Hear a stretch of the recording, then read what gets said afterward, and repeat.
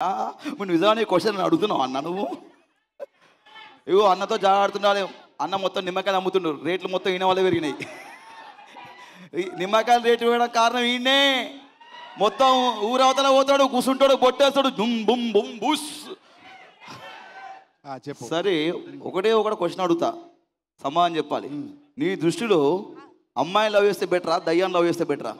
దయ్యమే better. దయ్యాలతో కాపురం చేసినాడు నీకే వాళ్ళ వల్ల.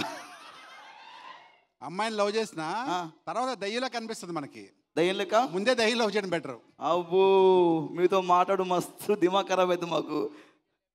ఇంటికి వెళ్ళాక మీకు ఉంటుంది అట మావు కాదు, అట్లుంటుంది మళ్ళీ వదినతోని. చూసుకో అన్న, నువ్వు చెప్పే దయ్యం లవ్ చేసి బెటరా, అమ్మాయిని లవ్ చేసి బెటరా?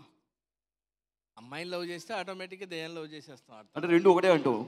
ఒకటి నేను అనుకోని. ఇప్పుడు అంజలి గారు నువ్వు ఏమంటే ఇప్పుడు నేను అనుకో ముందలే నువ్వు అట్లా చేయకు, అనవసరంగా ఇరికిచ్చి ఇంటికి పోయినాక నాకు అగో మధ్యలో నన్ను గెలుపుతుండు. నేనేమన్నా? నువ్వే అన్నావు. నేనేమన్నా అన్నా? నువ్వు చెప్పు, దయ్యాన్ని లవ్ చేసుడు బెస్టా, అమ్మాయిని లవ్ చేసుడు?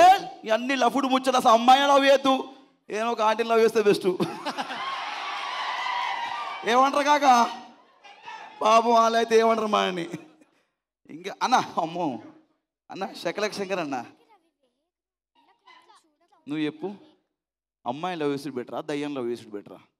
నాకు తెలియకంటే ఇద్దరిని లవ్ చేస్తున్నాను, ఎవరు అమ్మాయి ఎవరిది ఏమో తెలియట్లేదు. నీకు అర్థం కావట్లేదా? ఇప్పుడు నాకు ఎందుకో ఈయనే దయ్యంలో కనిపిస్తుంది నాకు ఈ సమాధానం బట్టి. Thank you so much. వాళ్ళ పాట పాడతారా? నిన్ను చూసి కీర్తన పారిపోయింది కూడా.